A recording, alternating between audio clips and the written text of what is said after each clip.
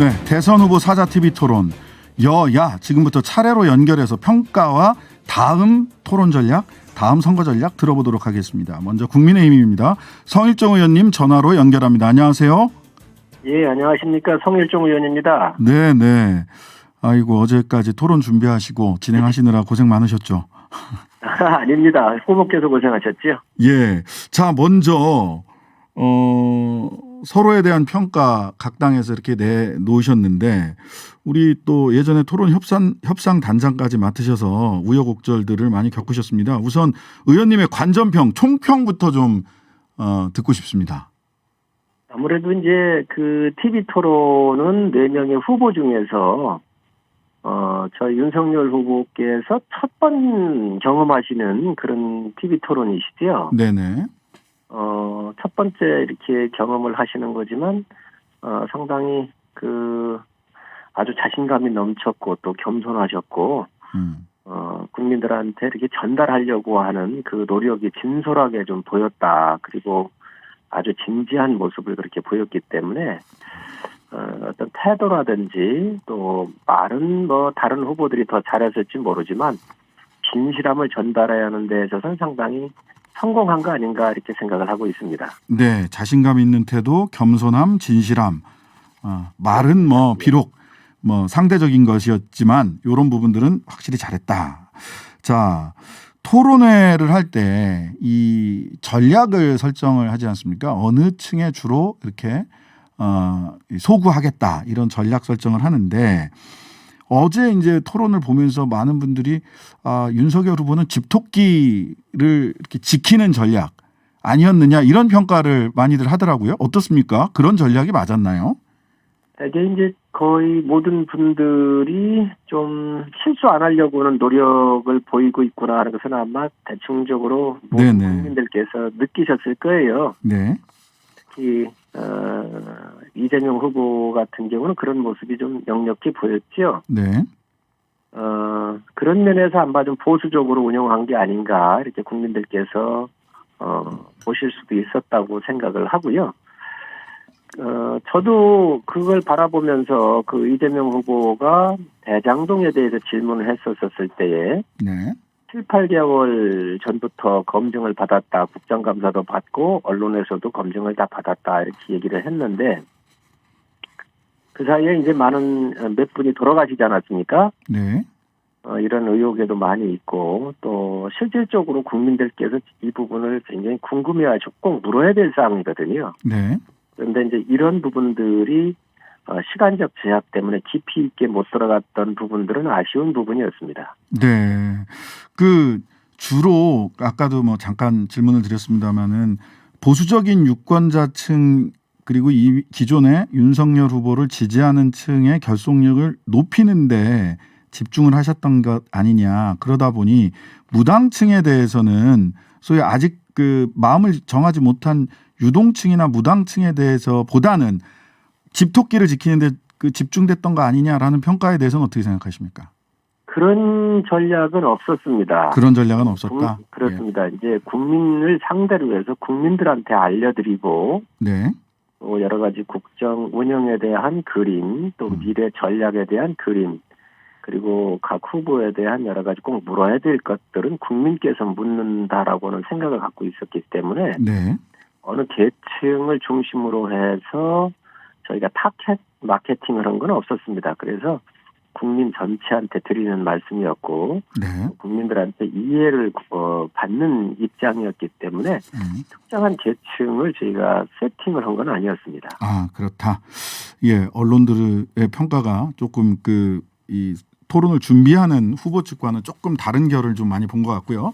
자, 강론으로 들어가서 크게 첫 번째 주제가 부동산이었습니다. 첫 공통 질문에 대해서 이재명 후보는 대대적 공급 확대, 윤석열 후보는 대출 규제 완화와 임대차 3법 개정 이렇게 말씀을 주셨어요.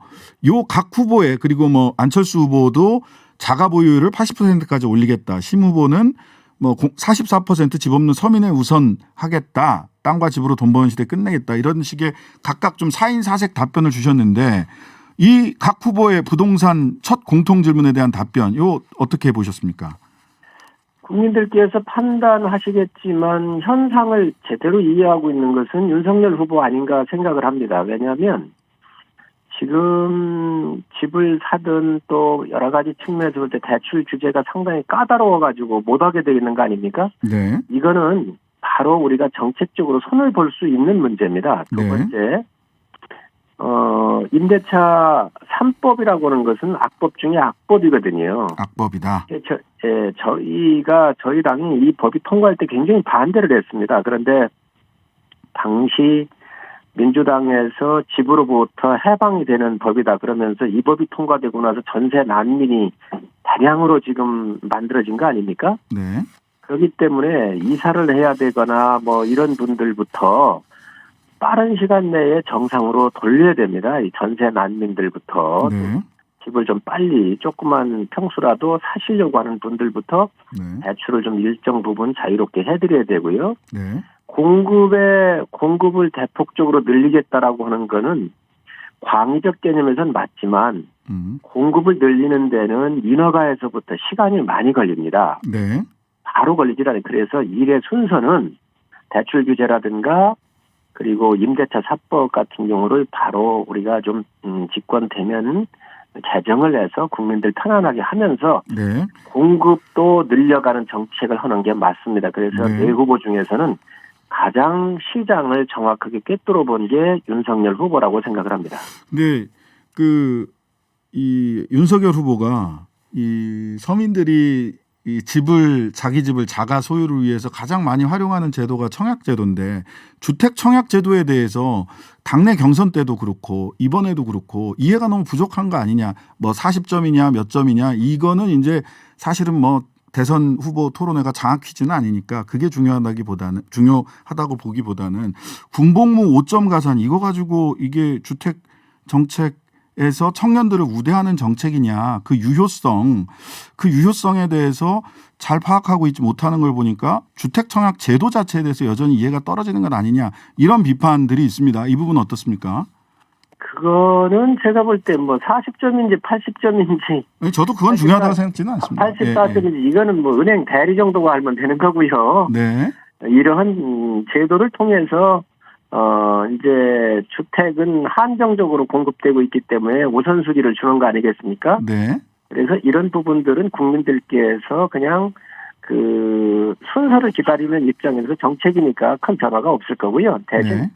이 가점에 5점 준다고 하는 것은 네. 군에 지금 근무를 하고 나면 네. 그 기간이 국가를 위해서 헌신한 거잖아요. 네. 그래서 군복무에 대한 가점을 통해서 다음에 2030 분들한테 그 다음에 집에 대한 우선순위를 할 때 가점을 한 5점이라도 좀 줘야 되겠다 해서 군 복무와 연결되어 있는 정책이라고 이해하시면 되겠습니다. 그래서요. 이게 이제 부동산 정책 얘기하다가 이거를 군복무 5점 가산을 국방 정책이다 이렇게 말씀을 주셨어요. 국방 정책입니까? 아니지요.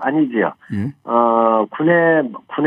군에 가서 국가를 위해서 헌신하고 온 사람들이 지금 아파트를 하나 분양을 받으면 상당히 혜택이 있는 거 아니겠습니까? 그래서 군에 근무했었던 그 공로를 네. 아파트에 좀 더 가산을 해서 인정을 해주자 이렇게 보시면 됩니다. 네.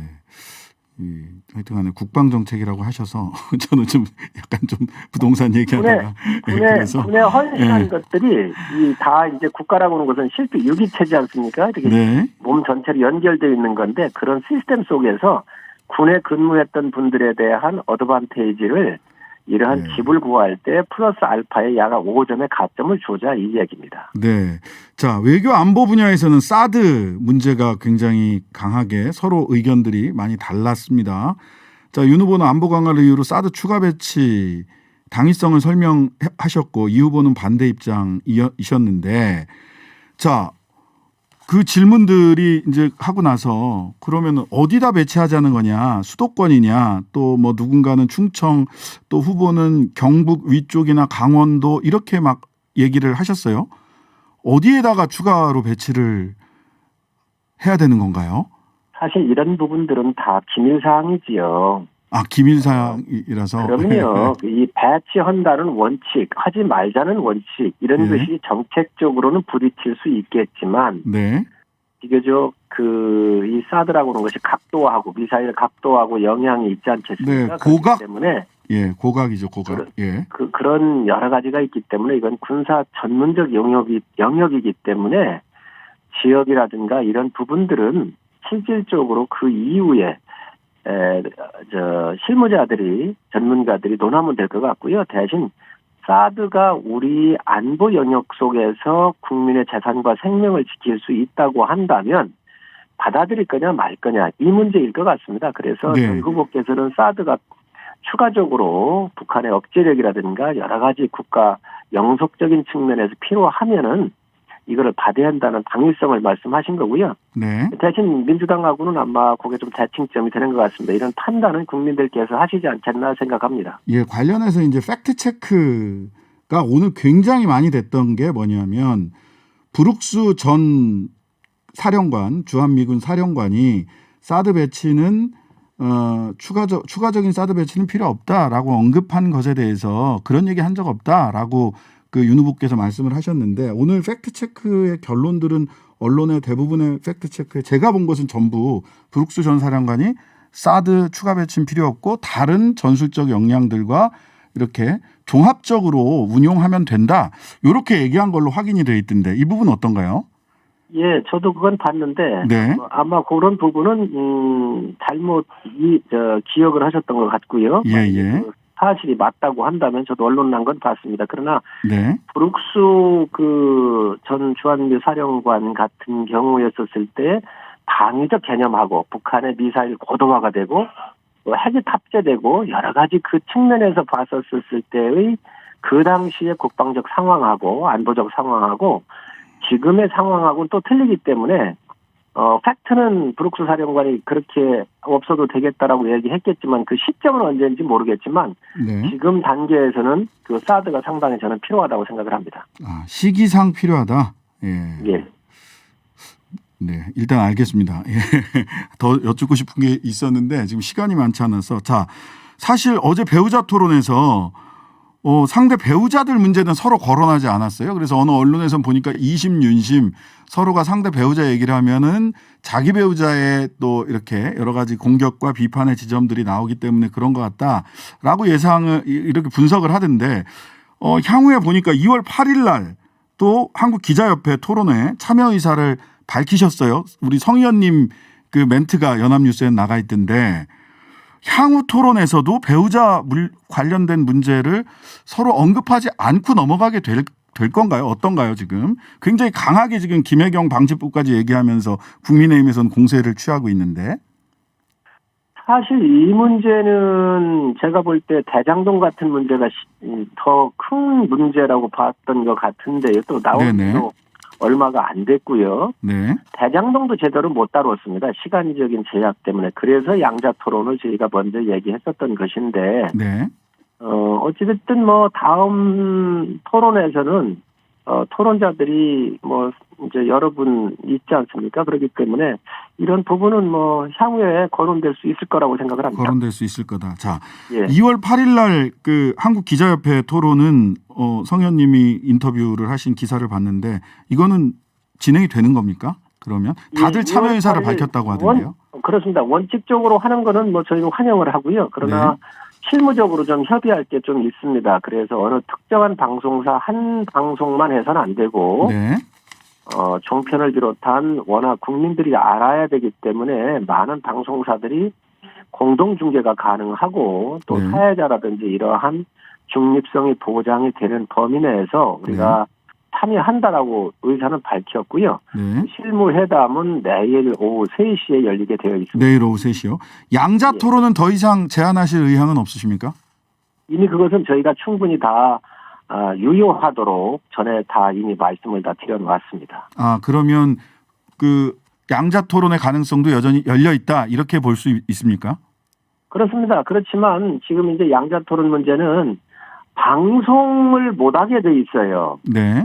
양자 토론은 윤석열 TV와 이재명 TV 두 개만 이게 또 나가도록 되어 있기 때문에 실효적 측면에서는 과연 얼마나 될까 이런 생각을 갖고 있는데 일단은 저희가 유효하다라고 말씀을 드립니다. 네, 양자 토론 제안은 여전히 유효하다. 8일 날 토론은 여러 가지 조건이 구비된다면 8일 토론은 진행될 것이다. 여기까지 확인했습니다. 지금까지 성일종 국민의힘 의원이었습니다. 감사합니다. 네, 감사합니다.